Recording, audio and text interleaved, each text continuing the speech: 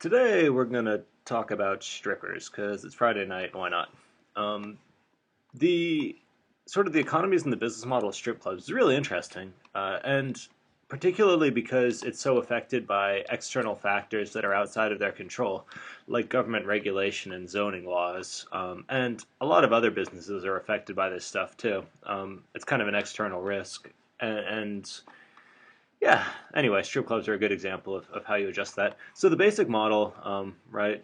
The value proposition is essentially strippers.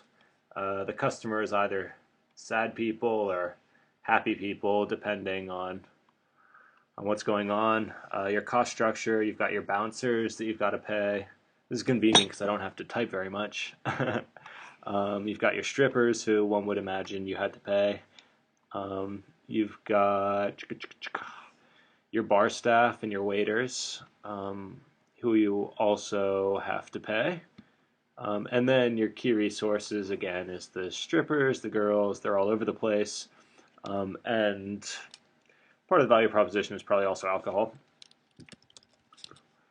Although you can get that at a lot of places, so that's more just like, anyway, yes, you go there, you get alcohol.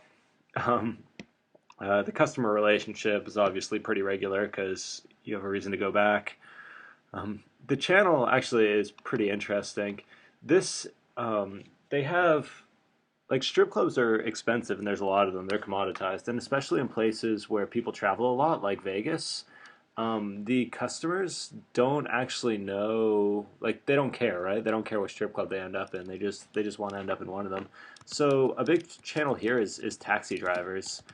When you go into a taxi in a strange town, you go, take me to a strip club. The taxi drivers have actually been paid by the club owners, so that becomes another expense. So over here you've got the um, taxi drivers, and if you don't pay them, then they simply don't bring people to your club, right? Because people don't ask for clubs by name. So your channel is important, and they're also expensive. So that's the equivalent of like search advertising. They can basically guarantee traffic if you're willing to pay enough. But because of competitions with other clubs, it gets a little outrageous. Um, so this is sort of like intuitively what I thought would be how it worked. Like you pay all of your staff, and you pay. I mean, the taxi drivers would surprise me, but you pay all your staff, and in return, your customer segment pays you. But this isn't actually how they're arranged. The strippers would be a huge expense normally, but what the clubs have done, which is kind of brilliant. Actually, let me start dividing these up into colors just so we can see what's going on. So we'll make the taxi drivers green so you can see that's that expense. Um, Basically, the clubs have turned the strippers into independent contractors.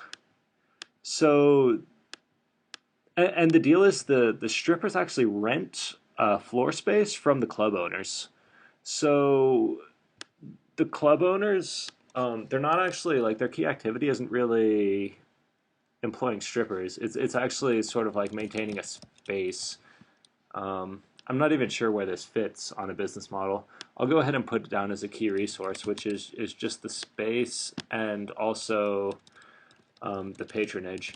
So it's kind of this really weird model where the strippers end up paying the club owner. So we'll keep it divided up like this. So the strippers pay some amount of money, several $100 per night, to be able to rent the floor space, and then in return, the customers pay the strippers. So the club owner essentially takes zero risk. The strippers assume all of the risk. Their money's out of pocket regardless. If they have a bad night, they can actually lose money during a shift, which is part of the reason they're so motivated, I guess.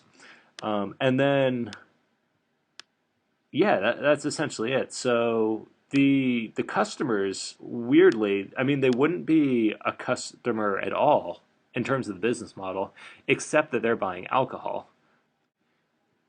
You've got the strippers paying the club owner for access to the customers. So the the value proposition for the strippers is that by renting this space, they'll have access to customers who are then going to tip them. And you've got the customers coming for the strippers. So it's really less like a service that's selling something, and it's more like a two-sided marketplace that the club owner is enabling by providing the space and attracting both of these groups of people. So he's attracting the patrons and he's attracting the strippers, and they come and kind of pass their money around between themselves. And then the taxi drivers are kind of this external factor, which is enabling the whole ecosystem by pushing foot traffic, or I guess car traffic, in the top of the funnel. Um, so yeah, that's it really. It's I don't know. I think it's really interesting.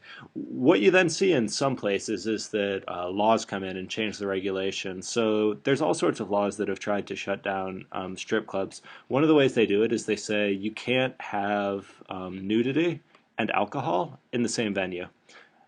So if there are naked people, you can't sell alcohol. If there are alcohol, you can't have naked people. Obviously, sort of what defines a strip club is the naked people. So we'll cut the alcohol out of the business model. But at this point, you really don't get the customers in as easily, and the customers don't tip as much, so it's harder to attract the strippers, which doesn't attract the customers. So the whole model kind of falls apart. It's really enabled by alcohol, like like so many other things.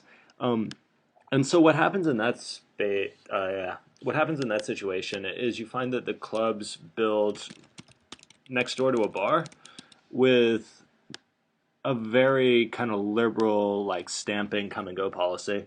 So both the strip club and the bar will often share stamps or share deals. So if you pay cover to one of them, you don't have to pay for the other one. And the idea is you go into one and you sort of go back and forth all night to cater to the various impulses. Um, so that works. Some others have said that you're not allowed to charge for nudity. So you can sell alcohol, but you're not allowed to charge people to go to a strip club. So then what they do is they say, okay, we're not a strip club, we're a restaurant. We sell food, and what you're paying for as a customer, you're not paying for access to the strippers. You're paying, like $50 or whatever it is for all you can eat buffet. And in this case, you're buying the food, and it's just like the floor staff happens to be nude and accepting tips, um, which is another workaround.